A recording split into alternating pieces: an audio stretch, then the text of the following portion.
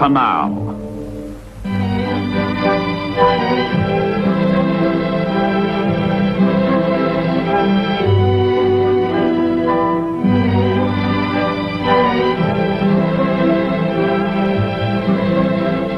Poured from some 100 factories, reaped from some 1,000 farms, spewed out in fantastic abundance by American labor and machines. The supplies for war are heaped upon an island base in the South Pacific.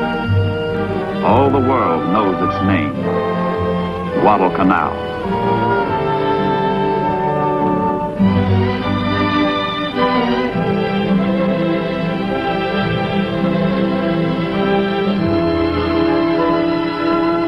Springboard for attack, storehouse for victory. Yet in 1942, Guadalcanal was wild jungle. 90 uncharted miles of festering malaria and rainforest, bypassed for centuries by history, forgotten by man. But by June of 1942, the unpredictable forces of war began to link San Francisco in the United States with Guadalcanal in the Solomon Islands. The 1st Marine Division embarks for the South Pacific. Destination, New Zealand. Mission, undetermined. Somewhere, on some unspecified battleground, sometime in the uncertain future, the untested Marines will clash with the tested soldiers of Japan.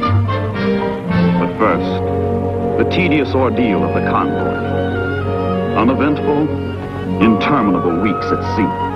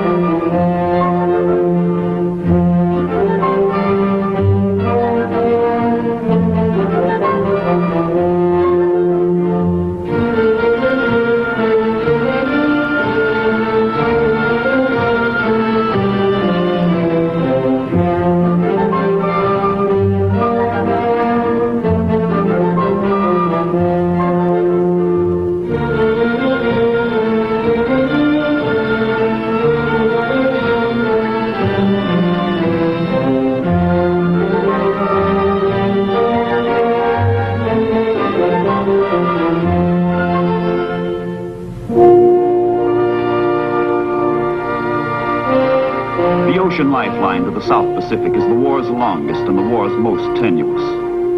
Stretching 6,540 miles from California to New Zealand, it ties Australia to the United States.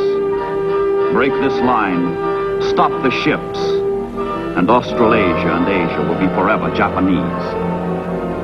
Across the world, from the islands of Japan, other convoys, other soldiers leave for the unknown and sail away to war.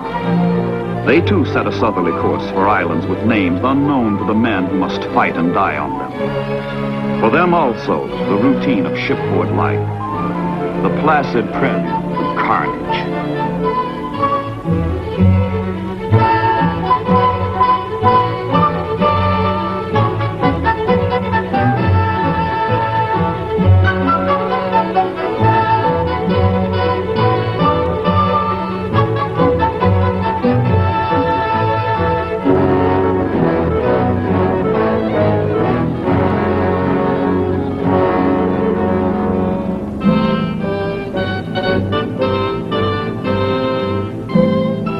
After the conquest of Rabaul and the Bismarck Archipelago, the Japanese push down the Solomon Islands. The two opposing forces slowly converge.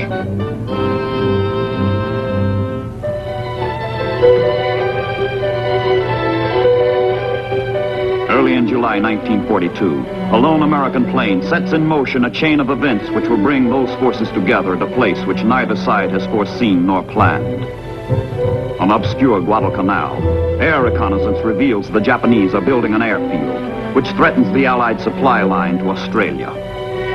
What the plane has seen changes the course of the Pacific War.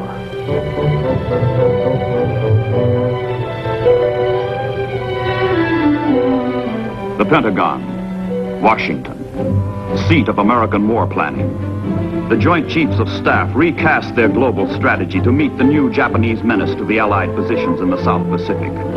Resources are slim, trained troops are lacking, but the Japanese can be permitted to go no further. Guadalcanal must be taken. Admiral King casts the die.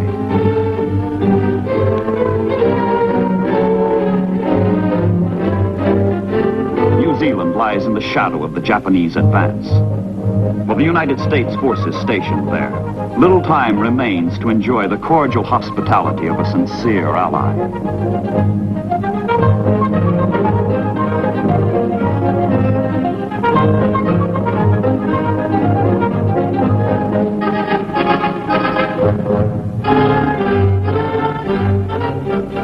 The Marines have their mission now, to launch the first offensive land action in the Pacific War.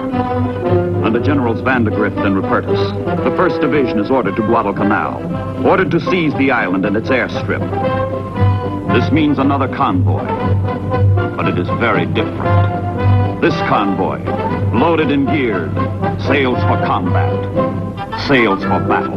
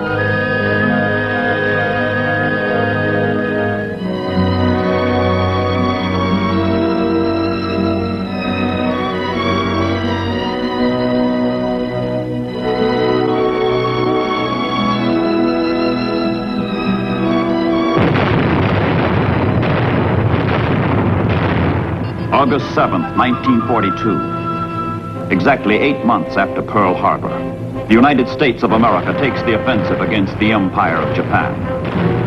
For the first time, the American overture to assault preludes invasion of the islands across the Pacific.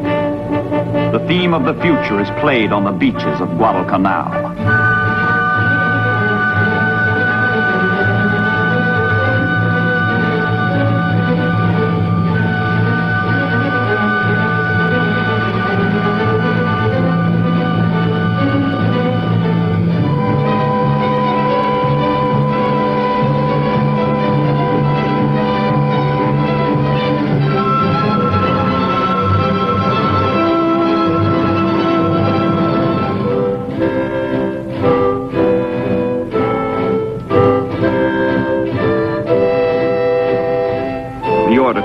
Troops has been given. Land the landing force. The day of hit and run in the Pacific is over. The hour of hit and stay has come. The first American amphibious operation in World War II is enacted like a dress rehearsal.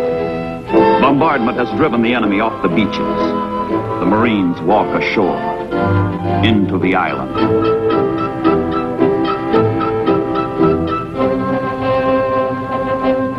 18 miles across the Sound, others land on Tulagi Island. Violently opposed by Japanese Marines, American Marines fight their way ashore.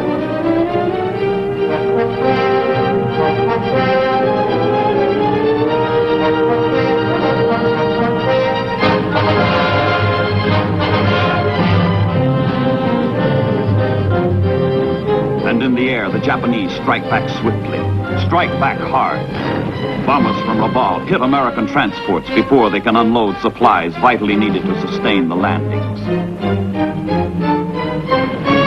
Damage to the transports at sea means near disaster to the Marines ashore.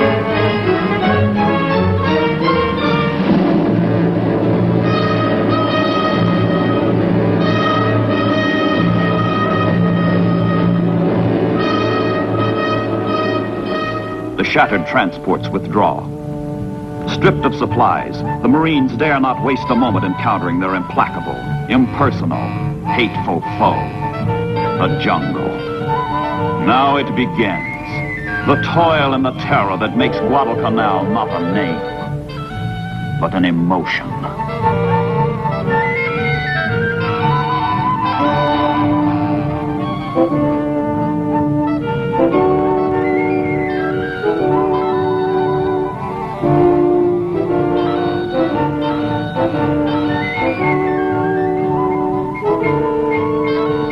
The airstrip is taken the day after landing, and the Marines christen at Henderson Field to honor a fallen buddy.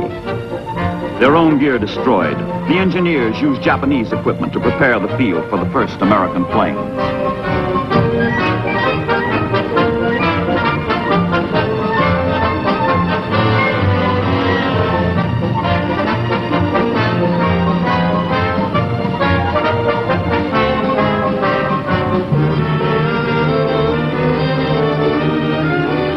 If the Japanese reacted sluggishly on the beach, they unleash full fury from the sky. Their own field now menaces their own flank. They go all out to destroy it first, planning to retake it later.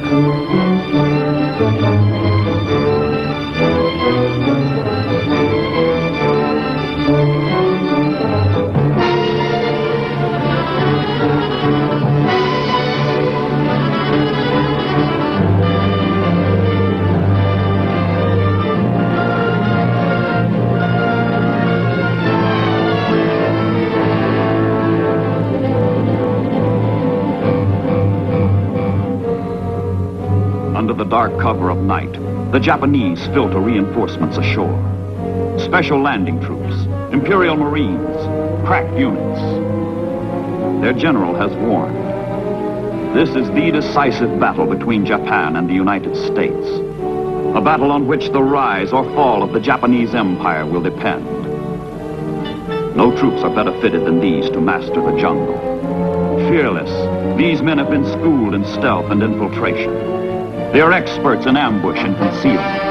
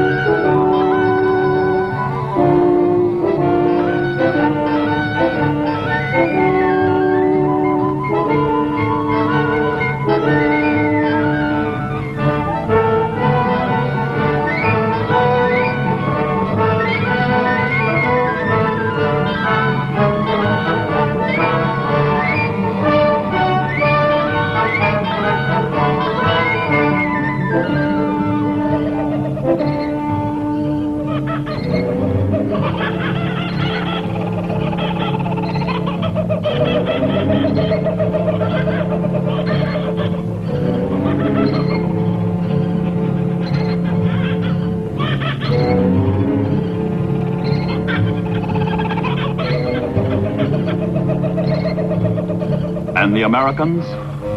They meet savagery with savagery. They fight, and they fight, and they fight.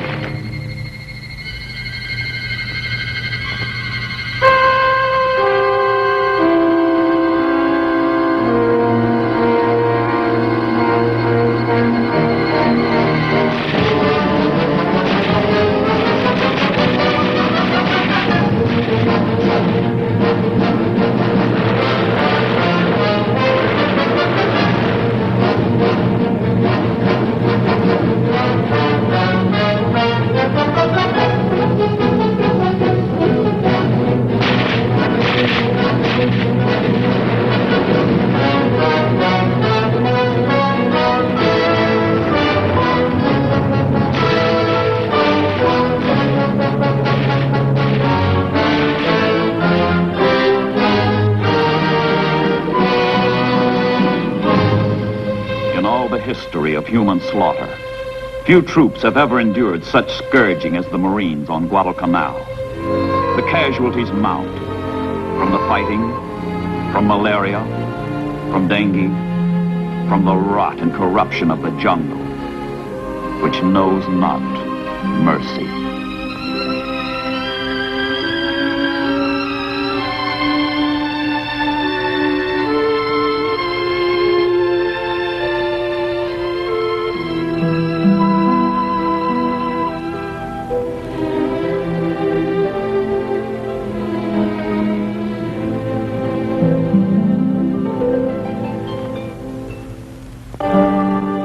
Salute the rising sun. Throughout their empire, throughout newly conquered Southeast Asia, throughout the South Pacific, the Japanese pause out of respect for their symbol of national superiority. Theirs not to reason why. Theirs but to do and die. And die they will, and die they do in a series of the most terrible sea battles in history. Down from their island fortress to the north, Rabaul, comes the Imperial Japanese Navy with timetable regularity, the Tokyo Express. But sailors of the United States and Australian navies sacrifice their blood for their brother Marines, who cannot hope to control Guadalcanal against an enemy who controls the surrounding seas. The Japanese come down the slot of water between the Solomon Islands and head for the sound called Ironbottom, because it is strewn with the hulks of dead ships, the bones of dead sailors.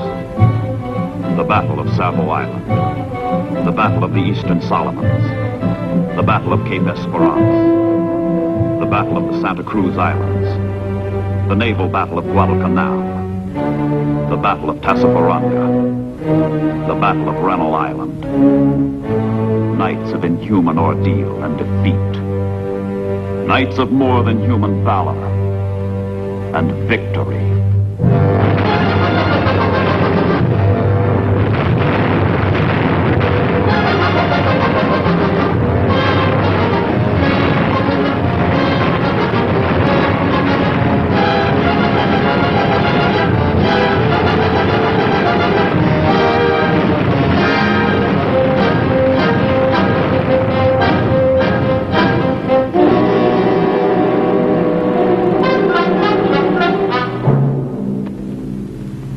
Guadalcanal is a running wound through which both sides bleed.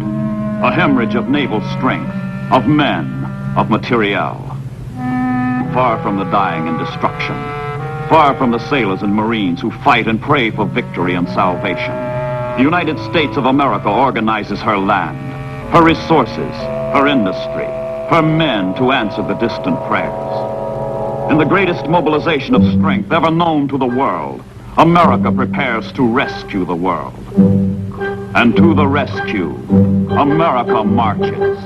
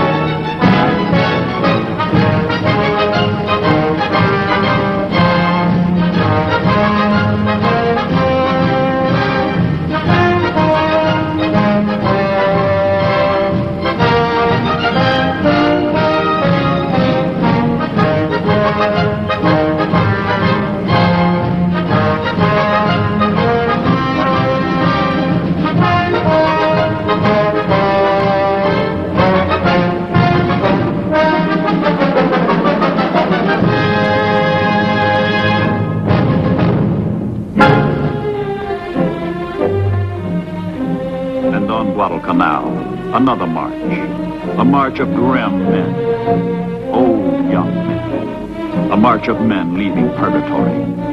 The 1st Marine Division is being relieved. What's left of it. And on a lonely grave at Lunga Point, there is a prediction about the Marine who lost his youth. That when he goes to heaven, to St. Peter he will tell. Another Marine reporting, sir. I've served my time in hell.